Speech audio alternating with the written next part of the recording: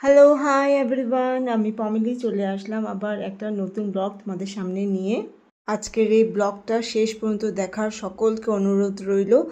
খুব খুব স্পেশাল। কেন বলছি এটা আমি শেষে ভিডিওতে জানিয়ে যাচ্ছি। তোমরা যারা আমার ব্লগ দেখো তারা তো জানোই আমি নর্থ ইস্ট ট্রিপে গেছিলাম। আর যারা না জানো আমি বলে দিই, মার্চ মাসে 23 তারিখে আমি নর্থ ইস্ট ট্রিপে গেছিলাম। সেখানেরই কিছু ঝলক, কিছু স্পেশাল মোমেন্ট নিয়ে তোমাদের এই ব্লগটা আমি শেয়ার করছি। যাওয়ার সময় আমরা বন্দে ভারতের ট্রেনে করে গুয়াহাটি পৌঁছেছিলাম। যেতে যেতে যে সুন্দর সুন্দর দৃশ্যগুলো আমি ক্যাপচার করেছি সেগুলো এই ভিডিওর মাধ্যমে আমি তোমাদের সাথে শেয়ার করছি। এইটা হলো ব্রহ্মপুত্র ব্রিজ। অনেকেই তোমরা এটা জানো, আর হয়তো অনেকেই এটা ফার্স্ট টাইম আমার ব্লগে দেখছো। আমরা কিন্তু খুব ভালোভাবে সুস্থভাবে গুয়াহাটি পৌঁছে গেছিলাম। আর ওখানেই একটা হোটেল আগের থেকেই আমাদের অনলাইন বুক করা ছিল। স্টেশন থেকেই একটা ক্যাব বুক করে আমরা এই হোটেলে পৌঁছে গেছিলাম। হোটেলে যাওয়ার পর যা যা ফর্মালিটিস করার দরকার সেগুলো করে আমরা আমাদের রুমে চলে গেছিলাম। ওখানে ফ্রেশ হয়ে রেডি হয়ে গেছি। কোথায় যাব জানো? চলো দেখাই। সেই জন্যই তো বলছি এটা স্পেশাল হতে চলেছে।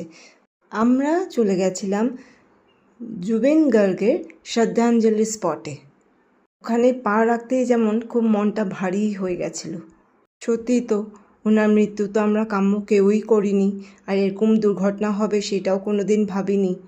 নিজে নিঃস্বার্থভাবে কত সমাজের জন্য কাজ করে গেছেন সেটা উনি চলে যাওয়ার পরই কিন্তু আমরা অনেকেই জানতে পেরেছি। ওনার সমাধিতেই শ্রদ্ধাঞ্জলি দেব বলে ওখানে আসামের গামছা, দিয়া, মোমবাতি নিয়ে আমরা ওনার শ্রদ্ধাঞ্জলির জায়গায় এগিয়ে চলেছি। আমরা এই শ্রদ্ধাঞ্জলি স্পটটা এখন প্রজেক্টটা হচ্ছে দেখতে পাচ্ছি। কয়েক বছরের মধ্যেই কিন্তু এটা বিশাল বড় একটা প্রজেক্ট হয়ে দাঁড়াবে।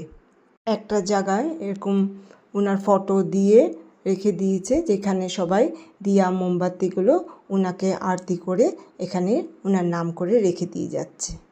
কত লোক, প্রচুর লোক এখানে ওনাকে সম্মান জানাতে এসেছে। কিছু প্রাইজ পাওয়া, অ্যাওয়ার্ড পাওয়াগুলোও কিন্তু এখানে একটা স্টলের মধ্যে সাজানো ছিল। নানান রকম ফটো ছিল, আমরাও একটা ফটো পেয়েছি। এইটা হলো সেই জায়গাটা যেখানে ওনাকে শ্রদ্ধাঞ্জলি দেওয়া হয়েছিল। উনি যা সমাজের জন্য করে গেছেন সেটার জন্য ওনারকে মন থেকে শ্রদ্ধাঞ্জলি আর প্রণাম জানাই। বাস্তবে এতটুকুই। আরও ক্লিপিংস আছে যেটা আমি শেয়ার করব নেক্সট ব্লগে। ভালো লাগলে প্লিজ একটু লাইক, শেয়ার আর কমেন্টস করো। তো কি স্পেশাল ছিল কি না?